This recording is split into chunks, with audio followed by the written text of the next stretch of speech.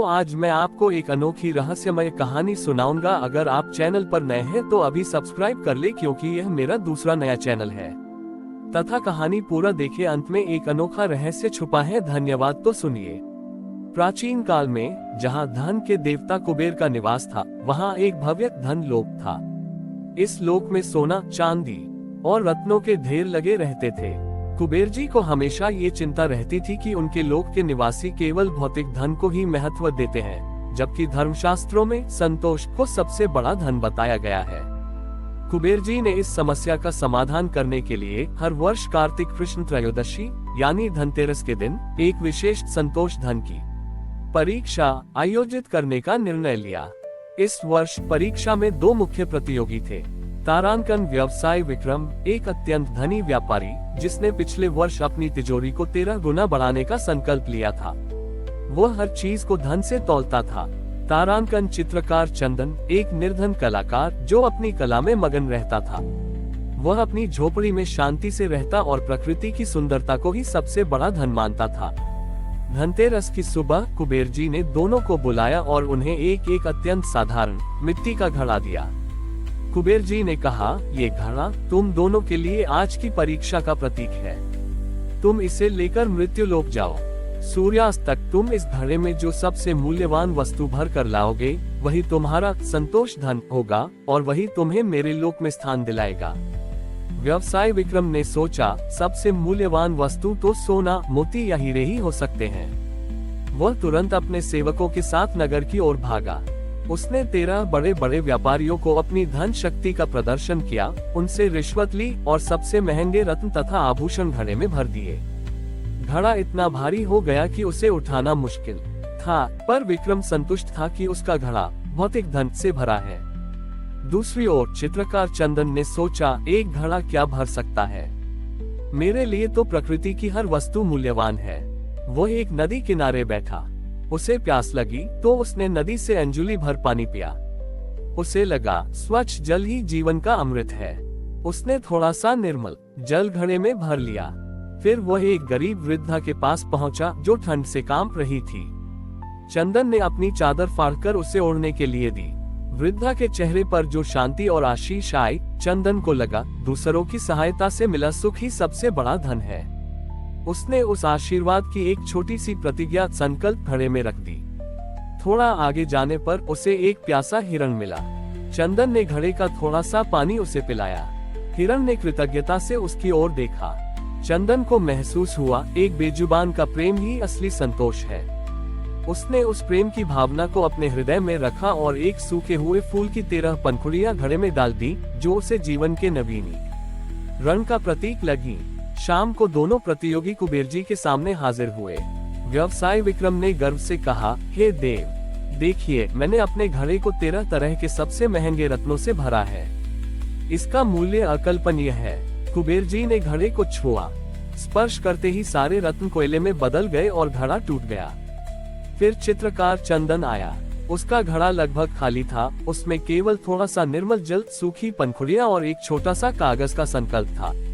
चंदन ने श्रद्धा से सिर झुकाया और कहा, देव, मेरे पास संसार का सबसे बड़ा धन है। इस घड़े में जीवन का अमृत जल, दूसरों के लिए करुणा, संकल्प और प्रकृति का प्रेम पुष्प है। ये वस्तुएं मुझे पूर्ण संतोष देती हैं। कुबेर जी की आंखें चमक उठी। उन्होंने चंदन के घड़े को उठाया। घड़े का निर्मल जल अचानक सोने की आभा से चमकने लगा। चंदन ने जो 13 पंखुड़ियां डाली थी, वे अब 13 संतोष मुद्राओं में बदल गई। कुबेर जी ने विक्रम से कहा, तुमने धन को केवल इकट्ठा करना सीखा, पर धन का उपयोग संतोष प्राप्त करने में कैसे किया जाता है, यह नहीं सीखा। तुम्हारा भौतिक धन बिना संतोष के अंत में राख हो गया। फिर उन्होंने चंदन से कहा, तुमने सही समझा वत्स। आज धनतेरस पर तुमने जो संतोष धन प्राप्त किया है, वह मेरे भौतिक धन से भी श्रेष्ठ है, क्योंकि जहाँ संतोष होता है, वहाँ लक्ष्मी स्वयं वास करती है। आज से ये 13 मुद्राएं संतोष धन मुद्रा कहलाएंगी। ये परीक्षा हर धनतेरस पर यह सिखाने के लिए होगी कि संतोष ही सबसे बड़ा और 13 गुना फल देने वाला धन है। इस प्रकार कुबेर जी ने अपने लोक में संतोष को सर्वोच्च धन घोषित किया और धनतेरस का पर्व केवल खरीदारी का नहीं बल्कि जीवन में संतोष रूपी धन को खोजने और उसे 13 गुना बढ़ाने का पर्व बन गया। कुबेर जी से संतोष मुद्राएं प्राप्त करने के बाद चित्रकार चंदन वापस मृत्युलोक आ गया। अब वह केवल एक कलाकार नहीं था बल्कि संतोष धन का दूत बन चुका था। व्यवसाय विक्रम, जिसने सब कुछ खो दिया था, वह अब चंदन के पीछे पीछे चलने लगा, पश्चाताप की अग्नि में जलता हुआ। चंदन ने अपनी झोपड़ी में उन 13 संतोष मुद्राओं को बड़े प्रेम से रखा। उसने उन्हें कभी खर्च नहीं किया बल्कि उन्हें अपनी प्रेरणा और संतोष का स्रोत बनाए रखा।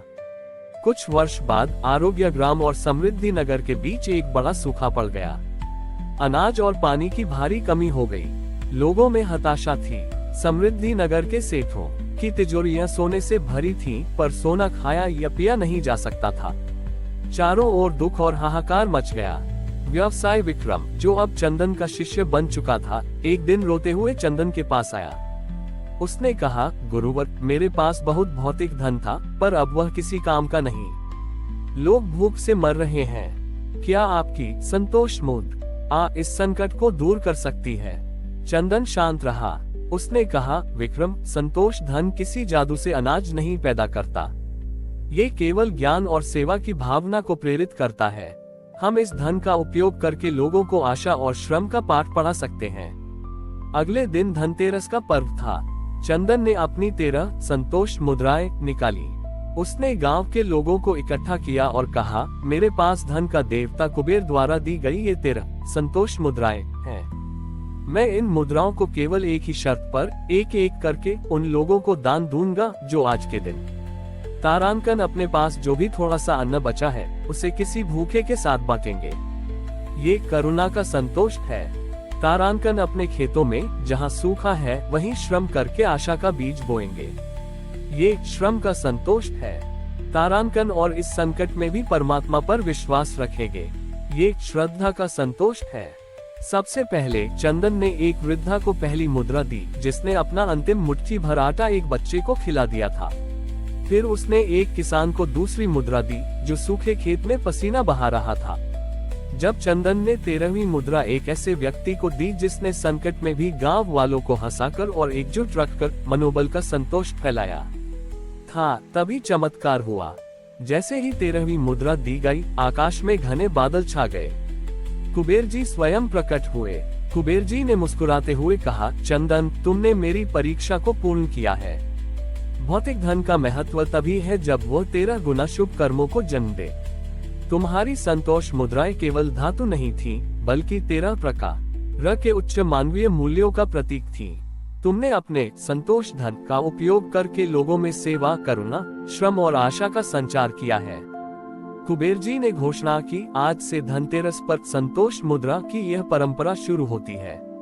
जो व्यक्ति अपने भौतिक धन का उपयोग दूसरों में संतोष और सेवा की भावना जगाने में करता है, उसके घर में मेरा और मां लक्ष्मी का स्थायी वास होता है।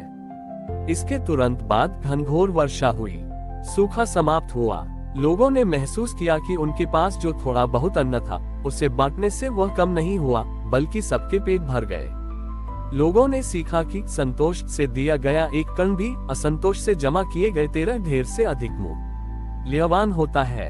व्यवसाय विक्रम ने अपनी सारी संपत्ति दान करके एक बड़ी संतोषशाला बनवाई, जहां लोग केवल भौतिक वस्तुएं नहीं बल्कि ज्ञान, कला और सेवा का आदान प्रदान करते थे। इस प्रकार चंदन की कथा ने धनतेरस को एक नए धार्मिक अर्थ से जोड़ दिया। ये पर्व ईमानदारी, परिश्रम और करुणा जैसे सच्चे धनों को पहचानने और उन्हें 13 गुना बढ़ाने का संकल्प दिवस बन गया। समृद्धि नगर में आई विपत्ति को संतोष धन के माध्यम से दूर करने के बाद चित्रकार चंदन एक संत की तरह पूजे जाने लगे। उनका प्रभाव इतना बड़ा कि कुबेर जी द्वारा दी गई 13 संतोष मुद्राएं गांव की सबसे पवित्र धरोहर बन गईं। एक धनतेरस पर जब चंदन बहुत वृद्ध हो चुके थे, उन्होंने अपने शिष्य विक्रम, जो अब एक परोपकारी बन गया था, और गांव के सभी लोगों को इकट्ठा किया। उन्होंने कहा, आज मैं अपने जीवन का अंतिम और सबसे महत्वपूर्ण पाठ देने जा रहा हूँ। ये पाठ धन को अक्षय बनाने का है। चंदन ने 13 संतोष मुद्राओं को एक पुराने मिट्टी के घड़े में रखा। ये वही घड़ा था जो कुबेर जी ने उसे पहली परीक्षा में दिया था, और अब ये प्रेम और सेवा से भरा होने के कारण कभी नहीं टूटा था। चंदन ने घोषणा की, विक्रम, ये घड़ा अब अक्षय घड़ा कहलाएगा। इसमें रखी 13 मुद्राएं केवल धातु नहीं है, बल्कि 13 वचन है। तारांकन ज्ञान का दान, तारांकन सेवा का श्रम, तारांकन करुणा का भाव, तारांकन प्रेम का बांटवारा, तारांकन, और ऐसे ही 13 शुभ संकल्प। चंदन ने आगे कहा, इस अक्षय घड़े को हर धनतेरस पर गांव के सबसे गरीब परंतु सर्वाधिक संतोषी और सेवा भाव बड़ी ही व्यक्ति को सौंपा जाएगा।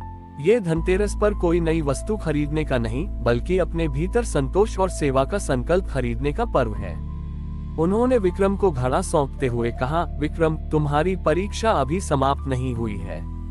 अब तुम्हारा भौतिक धन अक्षय घड़ा की सेवा में लगना चाहिए। विक्रम ने अपने गुरु की आज्ञा स्वीकार की। उसने उस धनतेरस पर कोई सोना चांदी नहीं खरीदा।